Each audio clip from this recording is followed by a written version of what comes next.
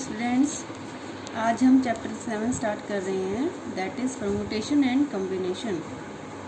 और इसको सीखने से पहले हमें सीखना है फंडामेंटल प्रिंसिपल ऑफ काउंटिंग, कैसे काउंट करते हैं। इसको मैंने एक एग्जांपल से शो किया है। Let someone has 3 shirts and 2 pants. ठीक है, शर्ट्स जैसे अलग अलग डिफरेंट कलर्स की हो सकती हैं, रेड, वाइट, येलो। उसको हमने यहाँ नाम दिया है S1, S2, S3।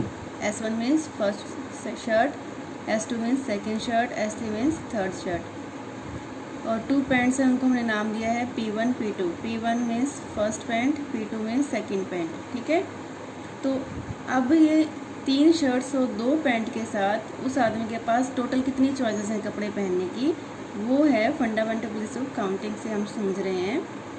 Shirts and pant, उसको चॉइस किस में करनी है, शर्ट और पैंट्स के कॉम्बिनेशन बनाने हैं। शर्ट भी पहननी है और पैंट भी पहननी है। ऐसा नहीं है कि शर्ट पहन लेगा या सिर्फ एक पैंट पहन लेगा, तो उसको दोनों पहनने हैं। ठीक है, इन्हीं में से चूज़ करना है, 3 शर्ट्स में से 2 पैंट में से। ये नहीं है कि इसके साथ कोई और दूसरी शर्ट पहन लेगा, फोर्थ वन, या इनके साथ कोई तीसरी पैंट पहन लेगा।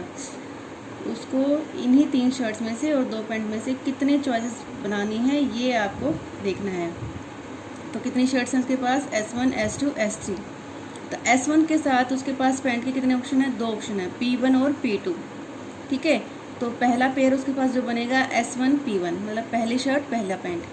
फिर S1 के साथ वो सेकंड पैंट भी पहन सकता है, पहली शर्ट दूसरी पैंट। ठीक है, ऐसे ही S2 के साथ उसके पास फिर 2 ऑप्शन है पैंट के, पहली पैंट दूसरी पैंट। ठीक है, तो एक कॉम्बिनेशन उसके पास बन जाएगा S2 P1, दूसरा कॉम्बिनेशन उसके पास बन जाएगा S2 P2। ठीक है, ऐसे ही S3, थर्ड शर्ट के साथ भी उसके पास 2 पैंट के ऑप्शन है। S3 के साथ वो P1 भी पहन सकता है, S3 के साथ वो P2 भी पहन सकता है। ठीक है, तो टोटल कितने बन गए उसके पास, 1 2 3 4 5 6 चॉइसेस हैं जिसमें वो अपने कपड़े पहन सकता है। टोटल 6 चॉइसेस हैं उसके पास। ठीक है, तो नंबर ऑफ शर्ट्स कितनी थी, 3। नंबर ऑफ पैंट्स कितनी थी, 2। तो टोटल चॉइसेस हैं 3 × 2, 6 चॉइसेस उसके पास हो गई। तो इसको हम बोलते हैं फंडामेंटल प्रिंसिपल ऑफ काउंटिंग, या फिर मल्टीप्लिकेशन प्रिंसिपल भी हम इसको बोलते हैं। इसमें क्या होता है, if an event can occur in m different ways following which another event can occur in n different ways, then the total number of occurrences of the event in the given order is m × n। ठीक है, कोई event, एक event है वो m different veg में हो सकता है, दूसरा इवेंट जो उसको फॉलो करता है, उससे रिलेटेड है, वो n डिफरेंट वेज में फॉलो करता है। तो इन दोनों को टोटल करने के लिए, टुगेदरनेस के लिए, इनके लिए क्या कॉम्बिनेशन बनेगा, m × n। ठीक है, ये तो 2 इवेंट्स की बात कर रहे हैं। अगर ज़्यादा इवेंट्स होते हैं तो वो भी मल्टीप्लाई हो जाएंगे, m × n × p। ठीक है, और जनरलाइज भी कर सकते हैं इस रूल को। जितने भी इवेंट्स हैं जो एक दूसरे से रिलेटेड हैं, तो उनको कैसे काउंट करना है, टोटल उनकी चॉइसेस कितनी बनेंगी, उनको मल्टीप्लाई करना है आपको। ओके, अब this is called fundamental principle of counting और मल्टीप्लिकेशन प्रिंसिपल। ठीक है, तो उसका आपको इसमें कॉम्बिनेशन देखने की टोटल कॉम्बिनेशन कितने बनते हैं, उन दोनों चीज़ों को लेकर, या 3 चीज़ों को लेकर, या 4 चीज़ों को लेकर, जितनी भी दे रखी हैं अपने से रिलेटेड। इसको एक और एग्जांपल से हम समझ लेते हैं। एग्जाम्पल 1 है ये आपकी बुक का। ठीक है, आपको 4 लेटर वर्ड बनाना है, विद और विदाउट मीनिंग, चाहे उसका मीनिंग निकलता हो या ना निकलता हो। 4 लेटर वर्ड्स बनाना है आपको, लेटर वर्ड्स बनाने हैं। किसको यूज़ करना है, ROSE, रोज़ को यूज़ करना है। 4 लेटर हो गए ना, ROSE, इन 4 लेटर्स को यूज़ करना है और 4 लेटर का ही वर्ड बनाना है। Repetition is not allowed. ठीक है, कि आपने एक बार S लिख दिया तो दोबारा S नहीं लिख सकते आप, तो इस तरह से रिपीटेशन अलाउड नहीं है। तो आप देखो इस तरह से वर्ड बना सकते हो, ORES, EOSR, कोई भी कहीं पे भी रैंडमली लिख दो आप, और आप चलते रहो ऐसे। ठीक है, तो ऐसे हम कंफ्यूज हो जाएंगे, नहीं पता लगेगा हमें कि कितने वर्ड बन सकते हैं हमारे। तो हम क्या करेंगे, हम प्लेसेस देखेंगे, first place, second place, third place, fourth place. कितने प्लेसेस बनने हैं हमें, 4 प्लेसेस, 4 लेटर वर्ड्स बनाने हैं हमें। ठीक है, कितने बनेंगे वो हमें देखना है कि 4 लेटर के कितने वर्ड्स बनेंगे हमारे पास। तो हमें कितने प्लेस बनने हैं, 1 2 3 4। तो जो पहला प्लेस है उस पर हम चारों लेटर में से कोई भी लिख सकते हैं। ठीक है, कोई भी लिख सकते हैं ना। तो ये फर्स्ट प्लेस है, ये हम 4 वेज में फिल कर सकते हैं। First place can be fill in 4 ways. अब जो है रिपीटेशन अलाउड नहीं है, तो जो हमने यहाँ लिख दिया वो तो हमारा आउट हो गया, ठीक है। अब हमारे पास कितने ऑप्शन बचे हैं? 3 ऑप्शंस बचे हैं। तो second place can be fill in 3 ways, okay. अब जो हमने यहाँ पर लिख दिया वो भी आउट हो गया, ओके। उसके बाद हमारे पास कितने ऑप्शन बचे हैं? 2 ऑप्शंस बचे हैं। तो third place can be fill in 2 ways और fourth place can be fill in 1 ways, ठीक है। तो एक एक कम होता जाएगा, क्यों? क्योंकि जो हमने लिख दिया है उसको हम रिपीट नहीं कर सकते। तो टोटल हमारे वेज कितने हो जाएंगे, कितने वर्ड्स बनेंगे हमारे? 4 × 3 × 2 × 1, 24 वर्ड्स हमारे बनेंगे, ठीक है। मैंने आर से बना के दिखा रखा है, देखो। अब जैसे आप फर्स्ट प्लेस पे आर लिख देते हो, ठीक है। ये हम फॉर एग्जांपल मैंने यहाँ आर लिख दिया फर्स्ट प्लेस पे।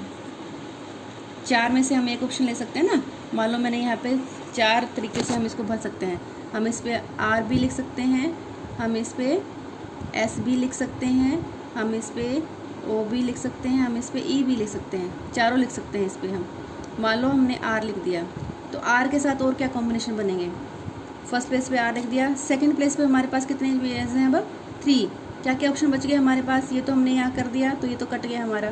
क्या बच गया हमारे पास? एस बच गया, ओ बच गया, ए बच गया, ठीक है। तो ये सेकंड प्लेस की चॉइसेस है हमारे पास। 3 बच गई हैं हमारे पास। क्या क्या बच गई? एस, ओ, ई। इनमें से हम कोई भी लिख सकते हैं, ठीक है। ये सेकंड प्लेस की चॉइसेस हमारी हो गई हैं, ठीक। अब सेकंड प्लेस में जो हमने लिख दिया वो हम दोबारा नहीं लिख सकते। मान लो मैंने एस लिख दिया, तो ये एस भी आउट हो गया। अब हमारे पास क्या क्या चॉइसेस बची हैं? थर्ड प्लेस के लिए हमारे पास बचा है सिर्फ ओ या ई। या तो हम ओ लिख सकते हैं या ई लिख सकते हैं। ये हमारे थर्ड प्लेस की चॉइसेस हो गई, ठीक है। 2 बची हैं सिर्फ हमारे पास। ये फर्स्ट प्लेस पे आर लिख दिया तो सिर्फ 3 बची हैं, 1 2 3। सेकंड प्लेस पे मान लो मैंने एस लिख दिया तो मेरे पास सिर्फ 2 चॉइसेस बची हैं, ओ और ई, ठीक है। अब जो भी मैंने यहाँ लिख दिया है, मान लो मैंने ओ लिख दिया है तो ओ भी आउट हो गया। क्या बचा? सिर्फ एक चॉइस बची, ई।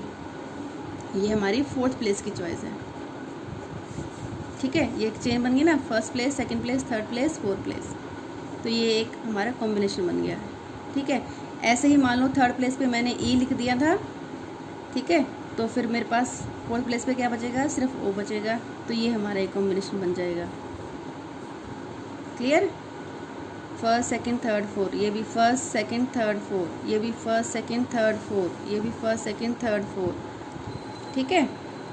तो ये जैसे मैंने एक चेन बना के बताई है आपको, आर एस ओ ई वाली। ऐसे ही अगर मैंने सेकंड प्लेस पे ओ लिख दिया है, फर्स्ट प्लेस पे तो आर फिक्स कर लिया था, सेकंड प्लेस पे मान लो मैंने ओ लिख दिया है, तो थर्ड प्लेस पे हमारे पास क्या बचेंगे? सिर्फ एस और ई बचेंगे, ठीक है। अगर थर्ड प्लेस पे एस है तो फोर्थ प्लेस पे सिर्फ ई बचेगा। अगर थर्ड प्लेस पे ई है तो फोर्थ प्लेस पे सिर्फ एस बचेगा। तो ये आपके ऐसे चेन बन जाएगी, ऐसे, ठीक है। ऐसे ही अगर सेकंड प्लेस पे ई है तो एक चेन और बन जाएगी, ठीक है। तो ये मैंने आर के बना के दिखाए हैं सिर्फ। ऐसे ही आपके एस के भी बनेंगे, ओ के भी बनेंगे और ई के भी बनेंगे, ठीक है। सिर्फ आर के कितने बन गए हैं? 1 2 3 4 5 6, ठीक है। ऐसे ही आर के 6 बन गए, एस के भी 6 बनेंगे, ओ के भी 6 बनेंगे और ई के भी 6 बनेंगे। तो टोटल कितने बन गए आपके? 24, ठीक है। तो ये आपका क्या कहलाता है? मल्टीप्लिकेशन प्रिंसिपल या fundamental principle of counting, okay. आपको जो क्वेश्चंस करने हैं वो आपको इस तरीके से करने हैं। Number of ways to fill first place, number of ways to fill second place, number of ways to fill third place, या जितने भी प्लेस गिवन हो आपको ऐसे करना है। आपको ऐसे नहीं करना, ये तो सिर्फ समझाने के लिए था कि कैसे चेन रूल से आपको उसको देखना है, ओके। चलो आप एक्सरसाइज के क्वेश्चंस कुछ डिस्कस करते हैं। बहुत सिंपल एक्सरसाइज है। देखो पहला क्वेश्चन क्या है? How many 3 digits number can be form from the digits 1 2 3 4 5। ये ना छोटी क्लासेस में भी आपने क्वेश्चंस किए होंगे। उसमें क्या दिया होता था? 3 डिजिट्स नंबर बनाना, आपको मैक्सिमम नंबर बनाना है, मिनिमम नंबर बनाना है, जो गिवन डिजिट्स थी उनको लेकर, है ना। सिर्फ मैक्सिमम और मिनिमम बनाते थे आप। लेकिन इसमें आप क्या करना है? आपको सारे नंबर बताने हैं कि इन डिजिट से लेकर 3 डिजिट्स के कितने नंबर बन सकते हैं।